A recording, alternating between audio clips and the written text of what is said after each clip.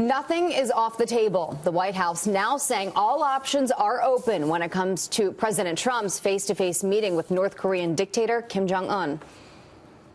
Would President Trump be open to actually having Kim Jong Un at the White House? Again, I have no announcement. It's at a time and a place to be determined. But he wouldn't rule that out? No, nothing's being ruled out. Including going to Pyongyang. Would the president be open to going to North Korea, going to his turf on that? Well, I don't think that that's, highly likely. But again, I'm not going to rule anything out.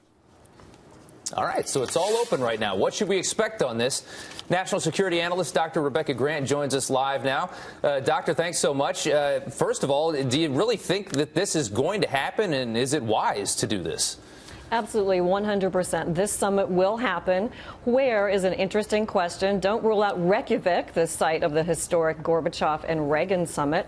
But the South Koreans are saying that there's a good chance this will take place up at Panmunjom. Doctor, President Trump was tweeting over the weekend. He sent out numerous tweets talking about, North Korea not conducting a missile test since November of 2017, talking about conversations he's had with the president of China, talking about conversations he's had with the president of Japan. So how important do you think it is not only for this meeting to happen and for denuclearization to be the topic here, but for everybody to be on the same page? It's incredibly important for everyone to be on the same page, and this is Trump's big achievement with Nikki Haley and Tillerson, Mattis, everyone. He does have help from Xi Jinping and from Abe, and very important from President Moon. The whole world has come together with the UN sanctions and the military pressure, and that is what has made Kim Jong Un agree to talk. China has left North Korea no way out. You know, we had Elizabeth Warren on Fox News Sunday. It was a very interesting interview. Somebody that probably hates the president more than any other politician actually gave him credit on a couple different issues here. But she did say that she has concern about, in this meeting, the president being taken advantage of. That seems to be one of the complaints from the left, if this happens, that he's going to go into this willy-nilly and get taken advantage of. What do you say to that? Which astonishes me, because Donald Trump is the last person I would worry about in a deal-making meeting.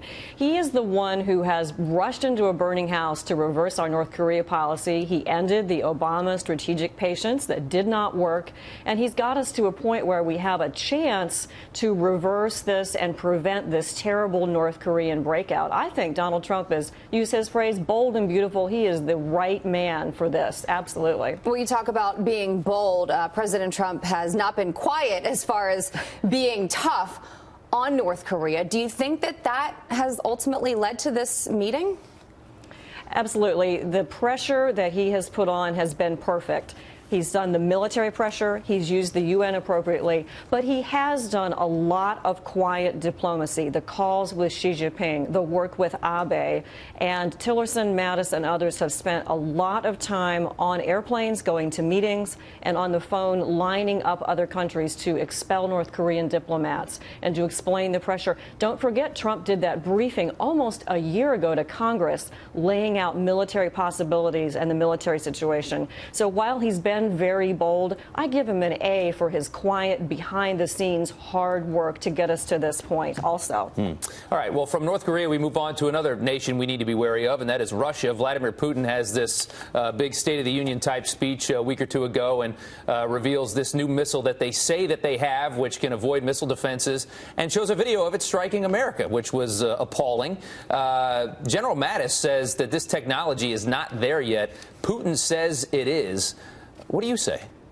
Putin and his fancy missiles. We can't forget he has an election coming up. He has no economic growth, so he has to show off his missiles. As for this thing, I'm not impressed, and neither is Mattis, and here's why. The U.S. has had this type of hypersonic missile in test and development for at least 10 years, and Putin has strapped this Kinzhal missile on a MiG-31 fighter jet, which has supersonic capability itself. That tells me that he is not quite there in his hypersonic technology. He still needs the boost from that fighter jet to get it going. Now, if he put this on a bomber or something else, I might be more impressed. But right now,